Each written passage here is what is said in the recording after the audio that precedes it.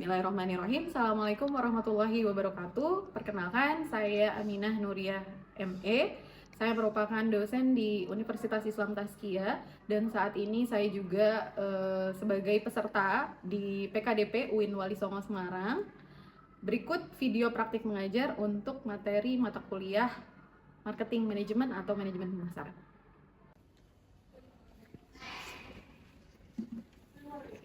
Assalamualaikum. Waalaikumsalam. Kabar? Alhamdulillah.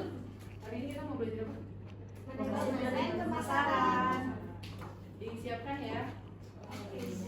Alat tulis dan gadgetnya boleh. Kita lihat dulu seperti biasa ya. Saya izin share dulu. Ada yang masih ingat surat apa? Al-Baqarah ayat 5, Bu. Sebentar ya. Boleh dibuka mushafnya. Sambil saya coba tampilkan ya di sini ya.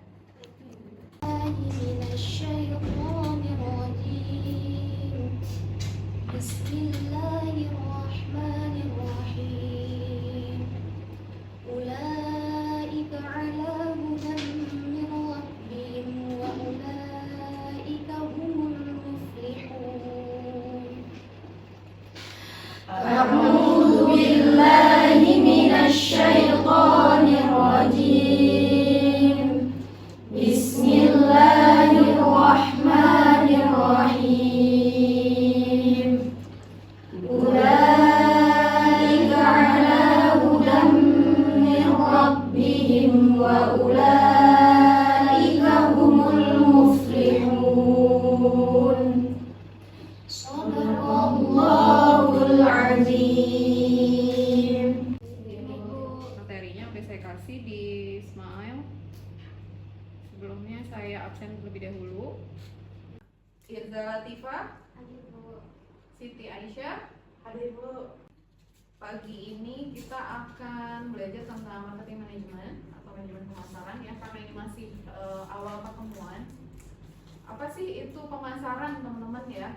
Kalau bisa kita lihat di sini, pemasaran itu adalah mengelola hubungan pelanggan yang sama, gitu ya. Tujuannya apa? Tujuannya menarik pelanggan pastinya ya, menarik pelanggan baru dan menjanjikan superior value. Maksudnya tidak hanya memberikan informasi terkait benefit atau kegunaan dari produk atau jasa tersebut, tapi dia juga ingin memberikan manfaat lebih, gitu ya. Namanya pelanggan itu pasti dia ingin ketika dia membayar sejumlah uang, apa sih yang dia dapat gitu ya, menawarkan satisfaction atau kepuasan. Nah, saat ini kan kita tahu ya banyak sekali produk-produk yang menawarkan bukan hanya cita rasa tapi orang tuh berani gitu bayar mahal untuk membeli satu produk gitu ya. Nah, ini tadi pasti yang dirasakan bukan hanya fisik gitu ya, tapi apa yang dirasakan oleh si pelanggannya ya. Kemudian apa? Unstorability, tidak dapat disimpan. Kemudian customization atau kustomisasi gitu ya. Jadi kalau misalnya teman-teman contoh pemasaran jasa apa? Paradigma atau cara pandang lama dari seorang pemasar itu biasanya kita taunya apa? Kalau yang biasa masarin disebutnya apa? Sales ya. Yes. Apaan sih kamu kerjanya gitu ya? Jadi gitu ya. Tapi hanya sebatas itu gitu. Setelah itu kalau misalnya dia beli udah selesai. Tapi kalau yang sekarang gitu ya, cara pandang yang baru saat ini adalah bagaimana kita bisa memberikan kepuasan lebih kepada konsumen. Makanya ada namanya service after sales gitu ya. Jadi ketika si pelanggan ini sudah membeli produk kita, itu nggak bisa kita tinggalin gitu aja, tapi kita harus follow up lagi gitu ya. Pasar kita tuh siapa ya? Kita harus tahu dulu pasar kita tuh siapa dan harus tahu kebutuhan mereka apa. Kalau anak-anak Gen Z sekarang apa nih kebutuhannya saat ini gitu ya, kan beda sama generasi milenial, apalagi baby boomer. Cara pemasarannya aja udah beda ya, nggak ada lagi tuh yang datang sales ke rumah-rumah door to door ya, nawarin barang gitu. Bahkan kalau untuk saat ini tuh jarang banget kita temukan ya, misalnya kayak demo-demo alat-alat masak ya di arisan-arisan gitu. Tapi mungkin itu masih bisa dipraktikkan untuk yang tadi generasi kolonial gitu ya. Jadi mereka lagi pengajian terus tiba-tiba ada datang sales gitu ya, menawarkan kegunaan panci serbaguna gitu ya. Terus apa lagi? Teflon anti lengket, bahkan kayak apa, kasur lipat gitu ya teman-teman, itu banyak banget gitu ya. Setelah kita pahami pasarnya, kita yang baik dengan pelanggan gitu. Makanya ada yang disebut dengan CRM. Apa CRM? Ada yang masih ingat? Customer Relationship Management.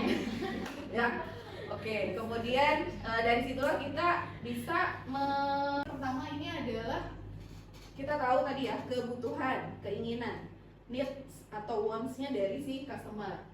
Kemudian kita desain produk atau jasa yang sesuai dengan hasil riset kita di awal gitu ya. Kemudian kita cari nih nilai value dari produk kita tuh apa sih gitu ya. Kemudian lagi dari situ kita akan bisa melakukan penjualan ya, transaksi dan juga membangun hubungan relasi dengan pelanggan gitu ya. Baru habis itu kita mulai masif memasarkan produk ataupun jasa kita gitu. Ya. Oke, kalau saya tanya di sini yang dimaksud dengan needs and wants atau permintaan apa? Bedanya needs atau wants, ada yang tahu nggak? Menurut ini aja, menurut apa pemahamannya teman-teman aja. Iya. Contohnya dikasih contoh dia biar gampang. Ya. Kembali ke kapasitas kita gitu ya, kemampuan kita. Saat ini kita udah punya handphone belum? Ya. Handphonenya masih bisa beroperasi? Masih bisa gitu ya. Terus ketika sudah punya handphone, terus ada keinginan tadi untuk apa yang bisa support gitu ya, untuk pemasaran kita gitu ya, untuk live TikTok, terus streaming misalnya gitu ya, atau bahkan untuk membuat video konten. Kalau seorang content creator itu kan menjadi sebuah kebutuhan gitu ya. Atau apalagi teman-teman, kalau yang Ahwat nih, kerudung baru ya, padahal kerudungnya udah 12 warna ya di lemari, tapi masih aja bilang belum punya jilbab karena yang sebelah udah beli jilbab zipper baru nih, model baru, saya kayaknya belum punya nih gitu ya. Nah itu kan pasti jatuhnya keinginan, keinginan ya. Jadi cuma pengen aja karena FOMO. Apa FOMO? Ikut-ikutan ya gitu ya. Kalau di Taskia sih sebenarnya FOMO-nya sama teman-teman semua. Kita akan sama-sama menyaksikan video bahan ajar untuk mata kuliah marketing manajemen. Jadi teman-teman boleh diamati dulu dan nanti setelah itu kita adakan diskusi ya. Silakan jika ada yang ingin ditanyakan ya. Kita play terlebih dahulu. Manajemen ya. Untuk itu kita harus tahu dulu apa capaian pembelajaran untuk mata kuliah di tahun awal ini ya, yaitu mahasiswa mampu menguraikan definisi dan ruang lingkup pemasaran. Dan untuk konsep pemasaran sendiri kita harus tahu dulu nih, pemasaran itu apa sih ya? Pemasaran adalah mengelola produk, jasa, informasi atau pengalaman yang ditawarkan kepada pasar untuk memuaskan kebutuhan dan keinginan itu. Nah, nilai bagi pelanggan apa? Nilai bagi pelanggan perbedaan antara nilai yang dinikmati pelanggan karena memiliki serta dan menggunakan suatu biaya untuk memiliki produk tersebut. Pelanggan mengeluarkan sejumlah uang untuk membeli satu produk ya, di mana dia memperoleh kepuasan ya. Apalagi kalau sekarang kita tahu pelanggan ini akan mudah memberikan kita rating ya, terutama ketika kita belanja online atau bahkan offline pun kita selalu diminta feedback gitu ya, untuk kembali bagaimana kesannya setelah mengkonsumsi produk tertentu gitu ya, atau setelah menggunakan jasa tertentu gitu. Berapa nilai yang akan diberikan gitu ya, apakah Anda puas atau tidak puas atau kurang puas atau bagaimana gitu ya.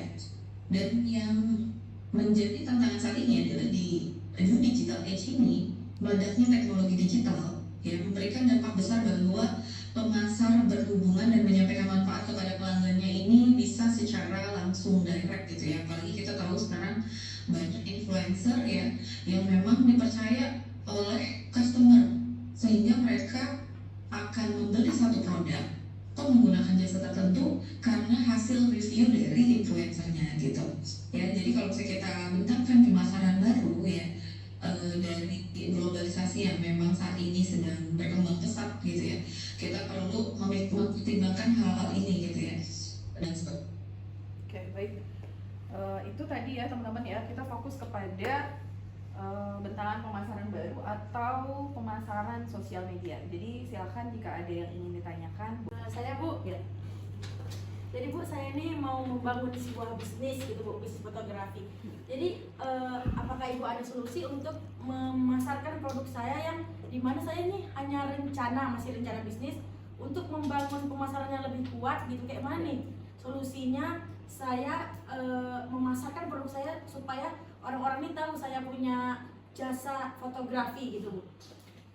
Yang pasti pertama kamu harus buat brandingnya dulu ya, nama jasanya apa. Kemudian buat akun media sosial. Kalau saat ini kan teman-teman lebih percaya dengan yang namanya portofolio ya. Jadi kamu udah harus membuat satu portofolio foto-foto yang udah pernah kamu buat gitu ya. Terus ya pastinya diiklanin terus ya. Mau lewat WhatsApp, mau lewat Instagram, kemudian TikTok, bahkan YouTube sekalipun gitu ya. Kalau yang tadi yang kita sebut milenial sama baby boomer itu kayaknya masih ada tuh yang di Facebook ya, saya nggak tahu ya. Kalau sekarang kan kayaknya Facebooknya udah usang ya, kayaknya udah nggak pakai gitu, udah nggak pakai Facebook ya. Jadi itu yang pertama kamu harus lakukan dan mulai mencari ini ya spot-spot yang bagus ya untuk bisa dipasarkan gitu. Jadi ya sarjana dan lain sebagainya gitu. Bahkan nanti bisa merambah juga nih ke ibu-ibu muda ya. Bahkan sekarang untuk melahirkan aja tuh direkam ya, difoto gitu. Sampai dia bayi-bayi yang masih satu pekan ya, 1 pekan 2. Oke, ini nanti tugasnya untuk di rumah. Tugasnya individu aja ya. Nah ini tugasnya yang pertama, bedakan kebutuhan dan keinginan, ciri-cirinya seperti apa gitu ya. Nanti boleh di foto atau diambil aja. Bedakan transaksi dan pertukaran, bedakan penjualan dan pemasaran, bedakan barang, jasa, kombinasi keduanya, dan berikan contohnya masing-masing gitu ya. Oke. Alhamdulillah, terima kasih teman-teman. Kita cukupkan pertemuan kita pada pagi hari ini, mudah-mudahan bermanfaat dan silakan dikerjakan tugasnya. Kita akhiri dengan hamdalah dari kafaratul majlis. Alhamdulillahirobbilalamin. Subhanakallahumma wa bihamdika asyhadu an la ilaha illa anta astaghfiruka wa atubu ilaik. Jazakumullah khair. Wassalamualaikum warahmatullahi wabarakatuh. Waalaikumsalam.